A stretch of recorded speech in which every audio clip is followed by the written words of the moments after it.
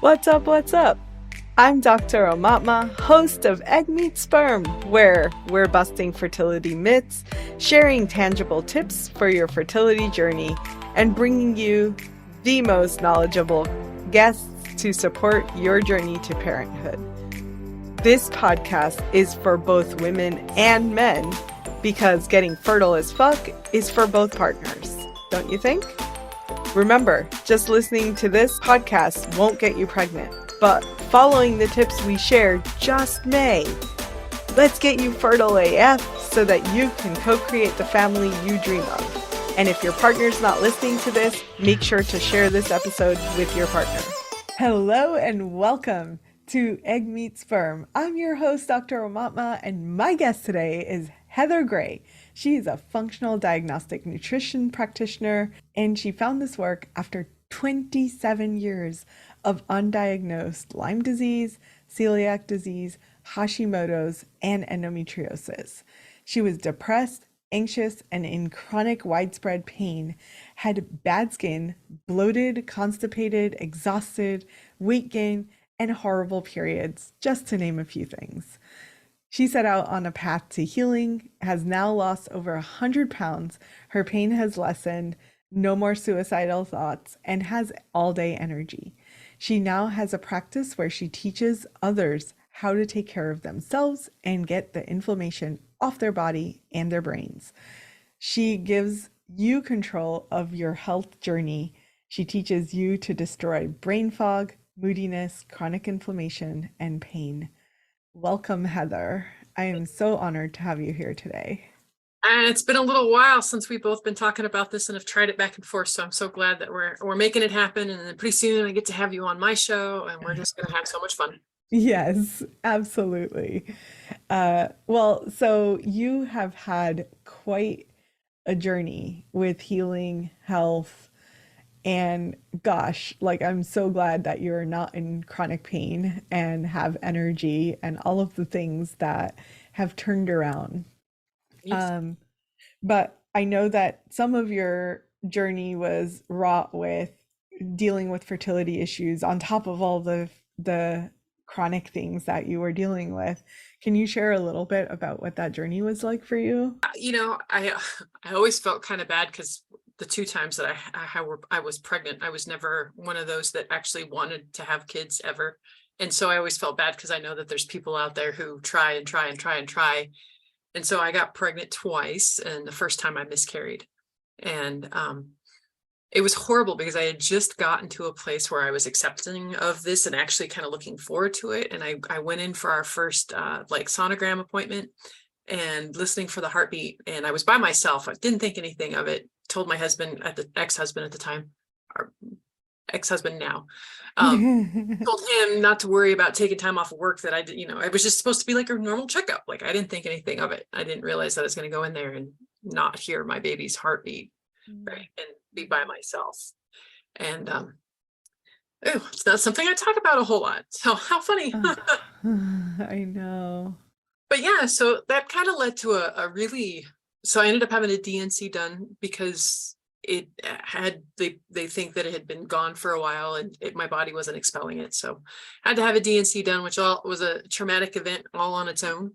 And then about 6 months later, I got pregnant again by accident. I was just getting ready to actually start taking the pill again, and thought I better do a test before I start taking the pill, just for shits and grins. And sure enough, I was pregnant. I was like, what?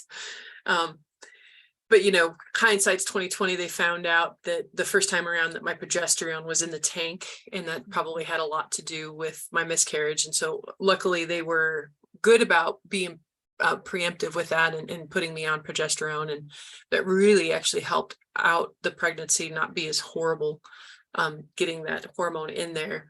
But then I also found out years and years and years later that I had cavitations. And so when the dentists take out wisdom teeth improperly or root canals, it can leave an infection and close in pathogens, which leads to the systemic infection all the time. And a lot of the pathogens I was carrying actually contribute to miscarriages. Oh, wow. So I found that out like 15, 20 years later. That also could have been a contributing factor, that and the fact that I had endometriosis and the fact that I had celiac disease and other auto, so the fact that I was actually able to make a baby even the second time around and carry it to term actually was a bit of a miracle, considering I had undiagnosed Lyme at the time as well. I was also a smoker. I was also doing the standard American diet. I was a hairstylist, so around a bunch of toxins, like that poor kid. Well, but you have a child now Yep. and they're healthy, knock on Ish. wood. He's celiac as well. We actually got that diagnosed when he was like 2 years old. His belly was so distended, like a pregnant person's, the muscles actually separate. So Wow. he's had his own little journey with health issues. But yes, for the most part, he's actually doing really well. And very grateful to have him. Mm. What a journey. Like I don't even have the words to express, like, you have just been through so much. But I think what's really powerful is that you've taken your journey and really not only helped yourself through it, but are helping other people through it. So, can you share a little bit about, I know Lyme is kind of your specialty, and you were diagnosed with this while when you were pregnant, right? No, I was diagnosed when my kid was 9. Oh, Yeah. okay. So it was a lot later. Yeah, a lot later. Interesting. Okay. So Lyme, kind of the autoimmune things. Let's talk a little bit about how those things affect health, but then also are like such an impact on fertility as well. Yeah, for sure. Geez, that's such a big can of worms. I'm like, where do we open up that? So Lyme is a spiral-shaped bacteria that can invade any tissue, any organ, any system in the body, and systematically start shutting things down and causing issues. Lyme also typically has a tendency to come with little buddies, what we call co-infections, other viruses, protozoa, bacteria that also kind of work systematically with Lyme to shut things down.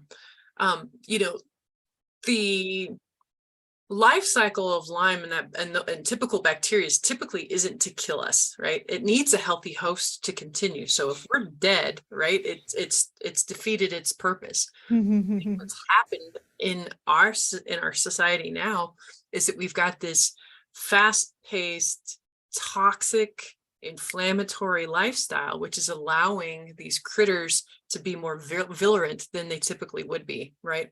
We've evolved with Lyme disease. I mean, they found a guy in the Alps, a mummy in the Alps, frozen in the Alps, like 5,000 years old, found out he had Lyme in his system. So we have coexisted with this bacteria for thousands of years.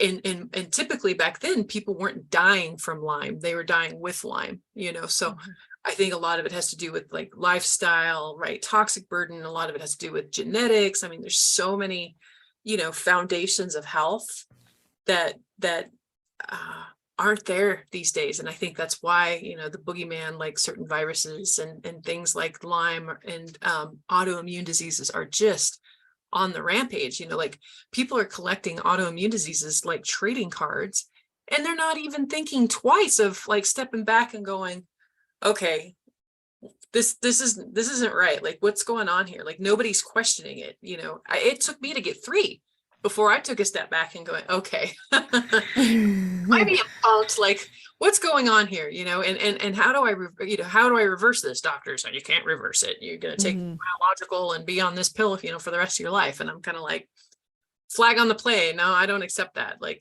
and I started digging deeper. And, so all that stuff absolutely affects fertility, because if our body is stuck in fight or flight, right? If it's stuck and our nervous system is trashed and we're sick, when you're in fight or flight, what is your body trying to do, right? Get away from the tiger.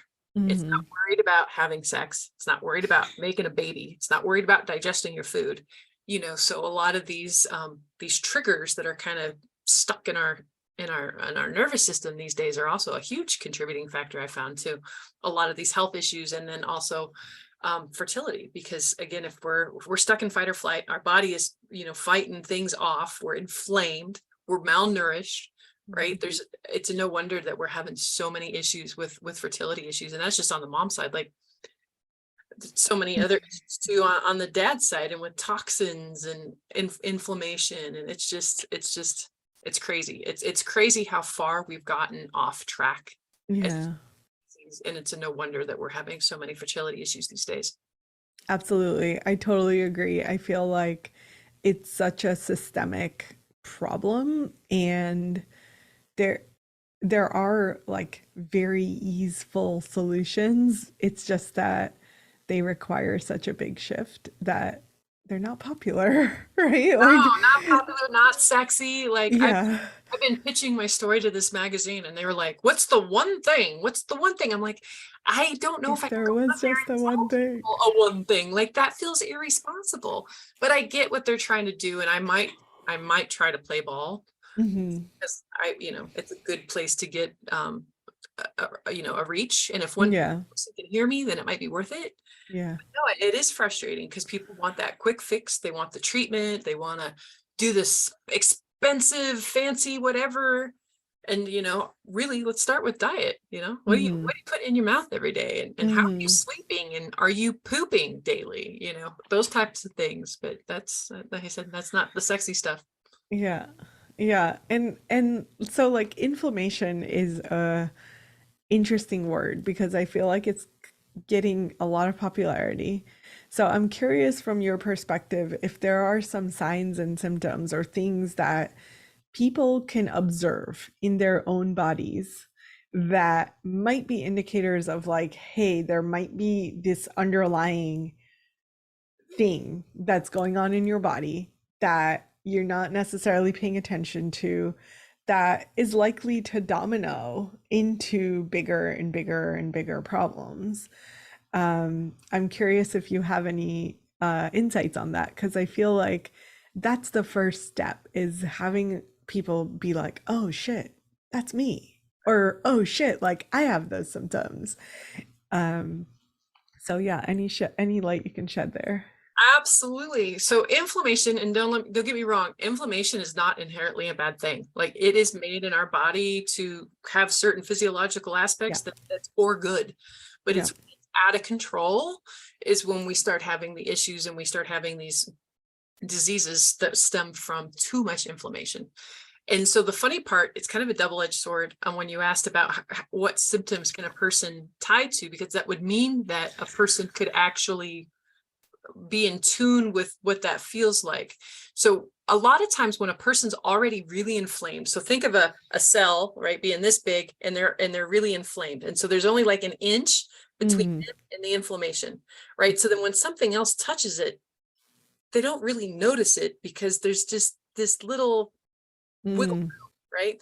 Where if you got a cell and you've got a person with no inflammation, they've got all this wiggle room in here. So then when something does affect them, they feel it, right? Like I didn't notice a lot of that until I got a lot of inflammation off my body first. And then I started noticing cues and different things that I was like, oh, that's what it feels like to have these issues. So it's kind of a catch-22 in the beginning. Sometimes you kind of have to actually get some of the inflammation off the body first before a person can actually feel what's inflaming them, because they're already so inflamed.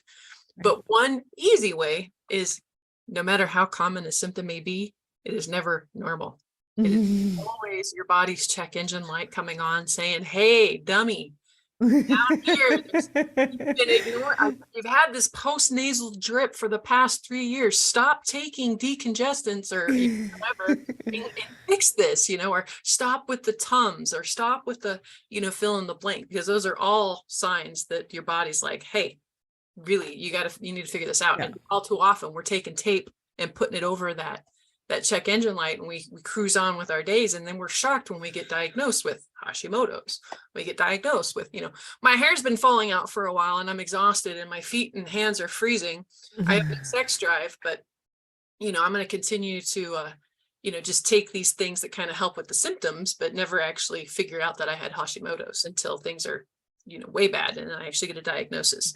And then Yeah. the doctor tells you can't reverse it, which is bullshit. And that's a whole another little spiral. Or the doctor tells you your labs are normal and there's Oh nothing to yeah. do about it. Yeah, don't get me started on that one. Yeah. Yeah, My labs look Hashimoto's is normal. I'm like, do I well, feel normal? Do I look normal? right. Yeah, and Hashimoto's gets the worst of it because thyroid, most often TSH is the only measurement, and they're not actually doing the antibody testing to figure out if it's Hashimoto's. And you can have a normal TSH and still have Hashimoto's. Yeah. So, I've had people's doctors argue with them when I ask them, okay, go back to your doctor and I want a full thyroid panel with antibodies. Well, they won't do that. All they'll do for me is the T. And I'm like, no, fight them. This is your insurance. This is your money. You stand up for yourself and you get what you ask for. And I'm still just blown away at some of the egos with some of these practitioners. And yeah, it's not even ego. Sometimes it's like they don't know what they don't know, and they're like, "Oh, but if something comes out abnormal, then I'm liable as the doctor, and I now have to figure out how to fix it." And like Hashimoto's, unfortunately, they don't have a fix. right, no, So they're like, "Oh no, we can't fix that. So why would we want to test for it? Unless it's really, really, really, really bad." exactly. So it's more like fear-based medicine in a lot of ways is like I just want to like not Really, have the responsibility, right? And it's like I try to have more compassion because we can it's really easy to be like, "Well, my doctor." But well, thank you for bringing that in. You're absolutely right. And you shed some light for me to have a little bit more compassion. That is always something I'm still trying to work on is to having that compassion and that understanding, right? yeah. That's how we're going to heal this world. Is not by this divisive bullshit that I just pulled. It's actually having more understanding and compassion for why we do what we do. So It's no, I think we need both, right? Like absolutely what you're saying and like empowering ourselves with knowledge right. and being able to hold a conversation and say, no, actually, like this can be happening even if this is normal. And sometimes doctors are like, okay, well, I'll do it. Let's see what happens. I don't know why, but okay. Yeah. So I love that you're out there empowering people to have real conversations because so as a layperson, you don't necessarily know even what to ask for. For sure. So the number of times like people come in with a CBC report and they're like, "Oh, this is my doctor said they tested everything." And I'm like, sure. That was everything. Like it's a CBC, but Well, let me plug that into my functional lab software and we'll be completely different. I mean, it's amazing what you can do at a CBC when you're actually looking right. at it from a functional point of view too. It's Oh fascinating. yeah. In the Western med that like I think was it like 35 is considered normal for vitamin D ranges. But in the functional world, like we want you between 60 and 80 because Mhm. that's where you're going to find optimal health. That's where like things are going to be working and you're going to be jiving and things are going to be so hard. Like I can't believe how many times I tested it, 30. Oh, your vitamin D is normal. Once I started getting that up there a little bit, things started working. Things started coming back online. It was fascinating. So even if you do get your labs are normal, take it Mhm. to somebody who can read them and functional values and Approaches. Yeah. different ball game. Yeah, absolutely. Um, so let's talk a little bit about what else is happening with fertility in particular, because that's all of our listeners are like, give us more. So we talked a little bit about chronic diseases. I'm really curious about what you said with the oral health thing that you had going on. I'm like fascinated by oral health in particular because all So these like hidden micro things that are happening.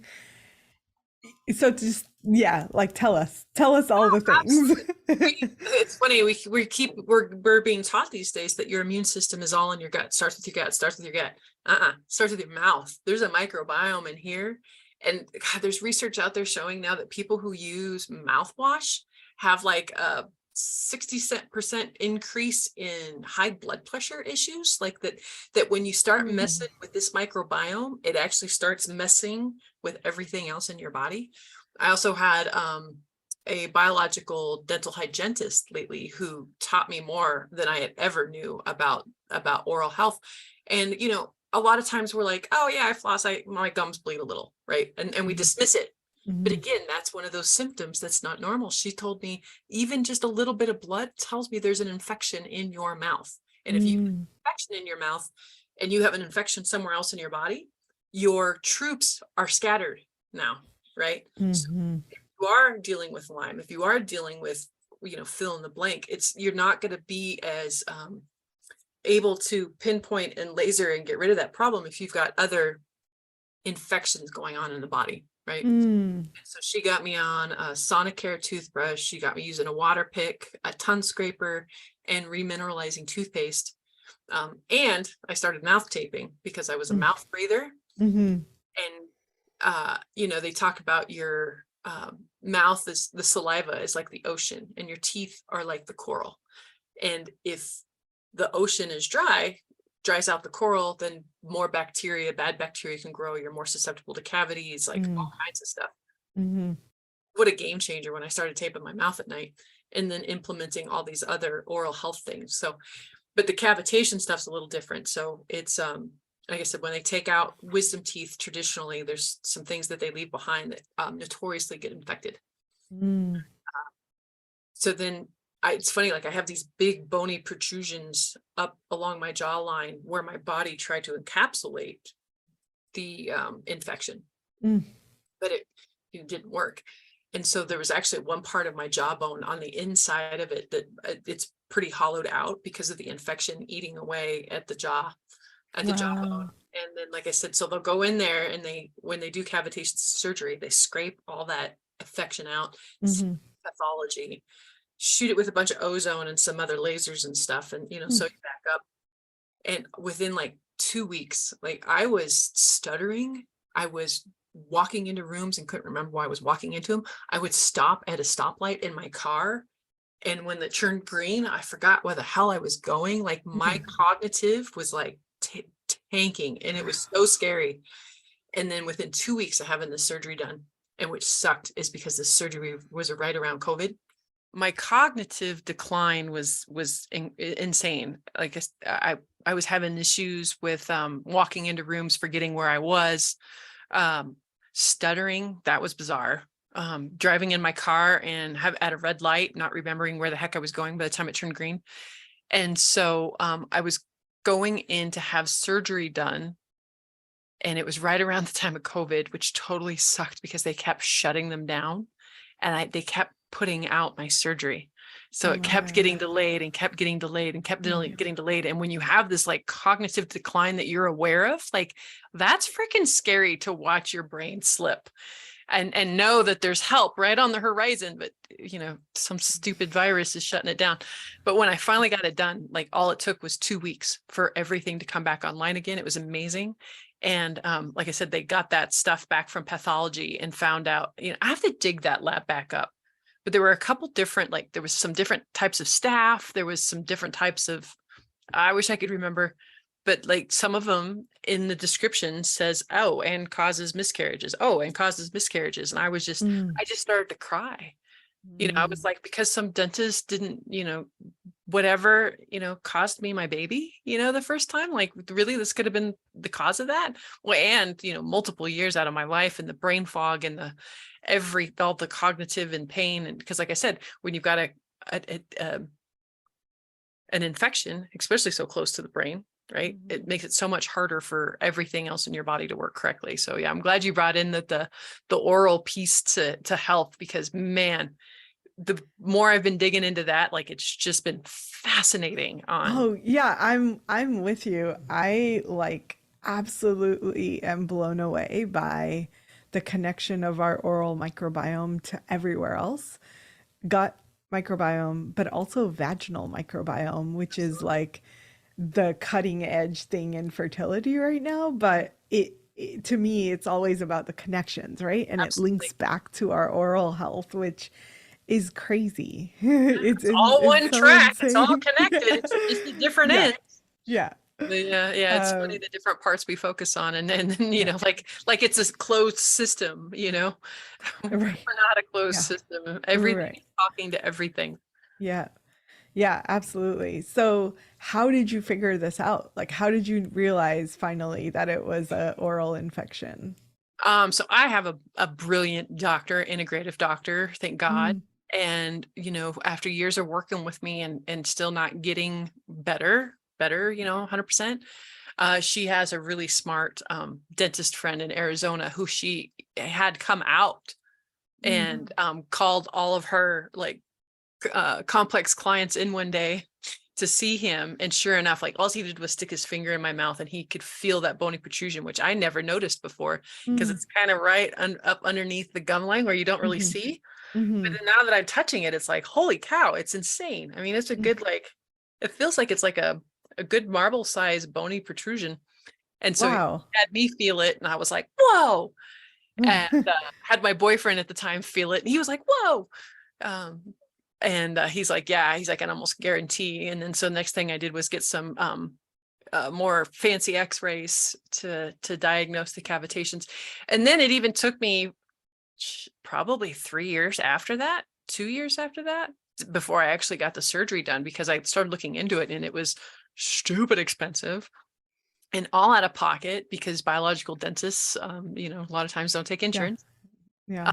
And so I was just like, put that on the back burner. I don't need to worry about that. And then I was actually talking to a really awesome physical therapist who did some cool energy body work. Mhm, mhm. I didn't even tell her about my mouth. And she's working on me. And she's like, I wouldn't even worry about focusing on the Lyme if I were you until you get these cavitations fixed. I was like, what? So I was like, okay, I hear you. And so I started looking into it. And I think I had to I did a GoFundMe. I used Care Credit. I did Right. whatever I could. And I think it was about 10 grand total to Yeah. have all the cavitations cleared up. But man, it was Wow. so worth it. Yeah. Yeah, because I'm imagining like pretty instantaneous ROI in terms of how your health improved from that. Those are like the top 3 questions I ask people now before I even start working with them. Have you had root canals or wisdom teeth removal? And have you ruled out cavitations?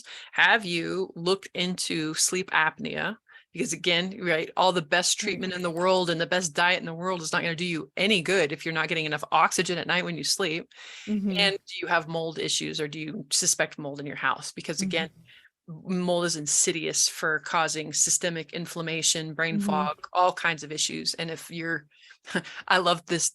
One doctor told me the analogy of it's like brushing your teeth while eating Oreos. That if you're living in mold and you're trying to treat it, but you're still living in it, right?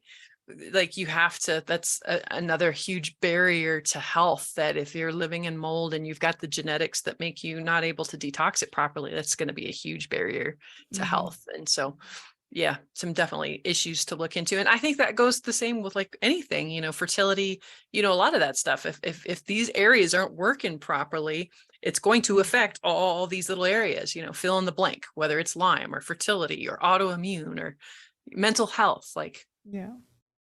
Yeah, and essentially like any health dis disorganization, it's not optimal. It's not like things are happening on a deeper level that we don't realize. All of that is going to affect fertility. Because, like you said in the beginning, like if you're in fight or flight and having some sort of ill in the body, I'm trying not to call it a disease because sometimes it's not even a right, diagnosable disease. right. It's just like ill, you don't feel well, something's happening under the surface, you're not sure what it is.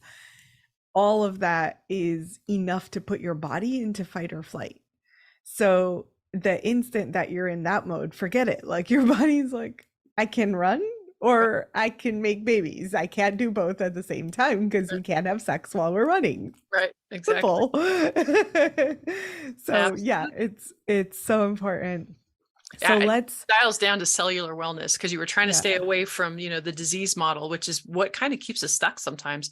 And Dr. Rawls, I just heard him on a podcast last night, and he talked about cellular wellness as being like the real key, because it is. If your cells aren't healthy and they're doing their jobs properly, it's going to be that cascade that, down the road that leads to everything else. And so I love how he said we have to get out of this kind of disease model because that's what's keeping people stuck, and they want that diagnosis. And well, if this diagnosis gets treated this way, no, let's look at it at a cellular level, right? Let's look at it as cellular wellness, and what is it going to take to get you better? Yeah. Yeah, absolutely. So well said. In terms of our mental health, or not, mental health is like such a buzzword these days, but like our nervous system health, Right.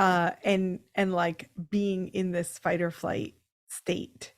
Can we talk a little bit about that and the impact that that has on healing or making it harder to heal?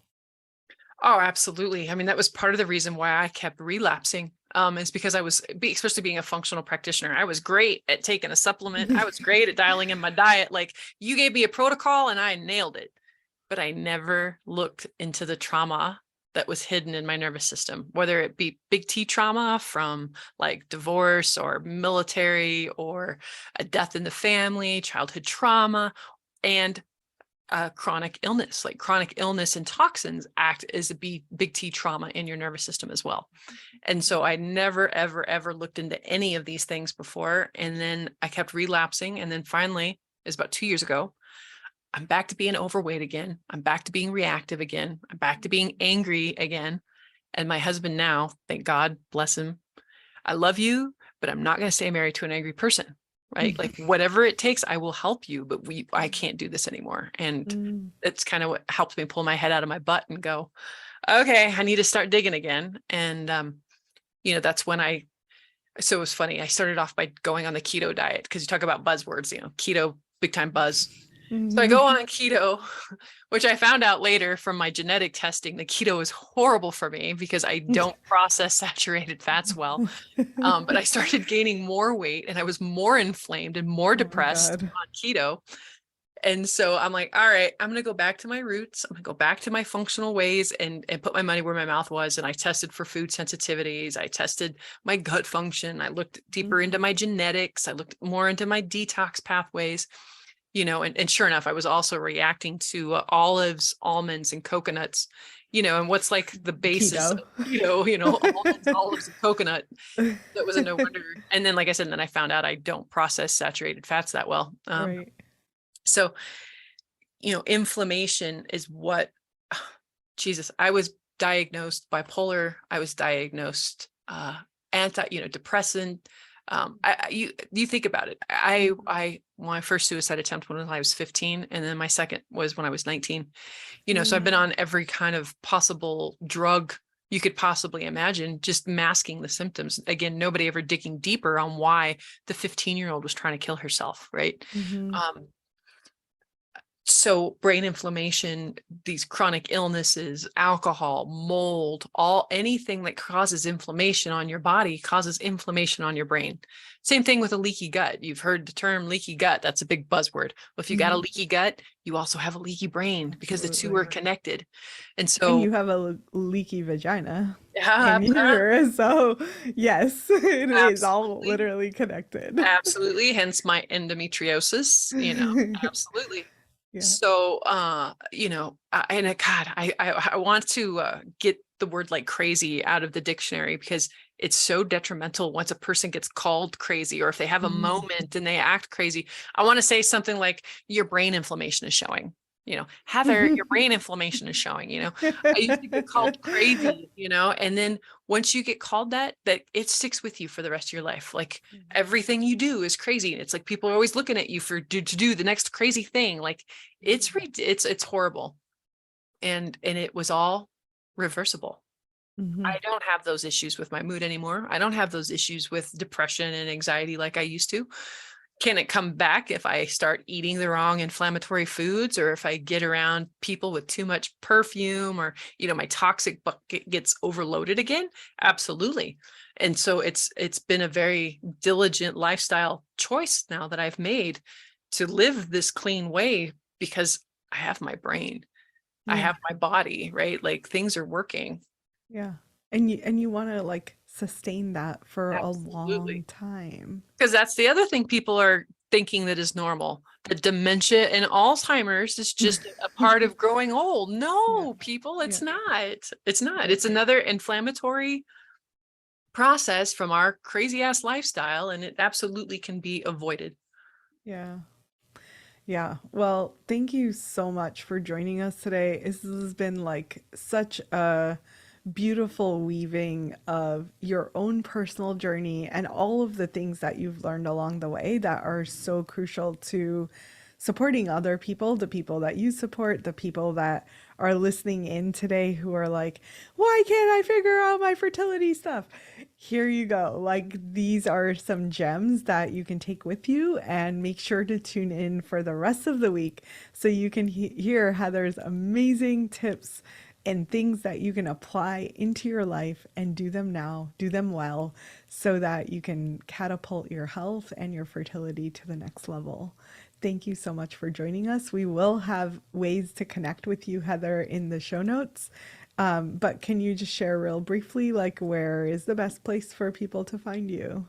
Easiest spot is the limeboss.com. Super easy. And you get a free bonus of a cooking series, a real cooking for real life, right? Because Oh, that's cool. foundational. That's where you got to start off. If you're not putting the right fuel into the tank, you're not going to have the energy, the fertility, the anything, and it's going to lead to inflammation. So Yeah. start there. Absolutely. I love that. Thank you so much. We will include that in the show notes. And we're so excited and grateful that you chose to spend your time with us today. This has been amazing, and like so many pieces that I feel like people are probably connecting the dots on. So thanks for sharing all of your wisdom. Thanks for having me. Was that an amazing episode or what? Make sure to check our show notes so that you can link up with our guests. And if you're not a part of our secret Fertile AF community, you can join for free via the link in our show notes. Last but not least, have you showed us some love lately? It would mean the world to us if you could share and review our podcast. Thank you so much. We'll see you next time on Egg Meets Sperm. Peace.